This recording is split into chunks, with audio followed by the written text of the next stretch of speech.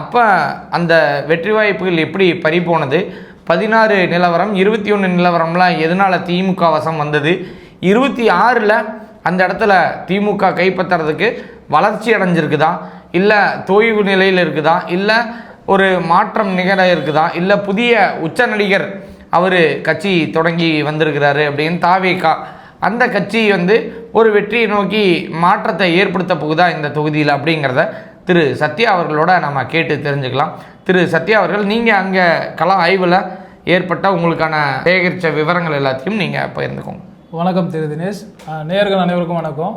இந்த தேர்தல் அரசியல் நம்ம தொடர்ந்து பார்த்துட்டு வர தொகுதிகள் எண்ணிக்கையில் தொகுதி 14 வில்லிவாக்கம் தொகுதியை பற்றி பார்க்க போகிறோம்.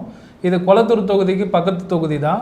இந்த தொகுதியில் பார்த்தீங்கன்னா வெற்றி அழகன் அவர் பார்த்தீங்கன்னா 76,127 வாக்குகள் வாங்கியிருக்காரு. அது பதிவான வாக்கில் பார்த்தீங்கன்னா 53%. இரண்டாம் இடத்துல ஜேசிடி பிரபாகர் அவர்கள் இந்த தொகுதியில் நின்று இருக்காரு. அவர் பார்த்தீங்கன்னா 38,890 வாக்குகள் 27.26% வாங்கியிருக்காரு. மூன்றாம் இடத்துல இந்த தொகுதியில் எம்என்எம் வந்திருக்காங்க. சென்னையில் பல தொகுதியில் மூன்றாவது இடத்துல மக்கள் நீதி மையம் வாங்கியிருக்காங்க.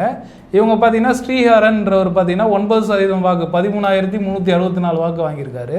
இதில் 2016ல் ரங்கநாதன் திமுக வேட்பாளர் அவர் இந்த தொகுதியை கைப்பற்றியிருக்காரு.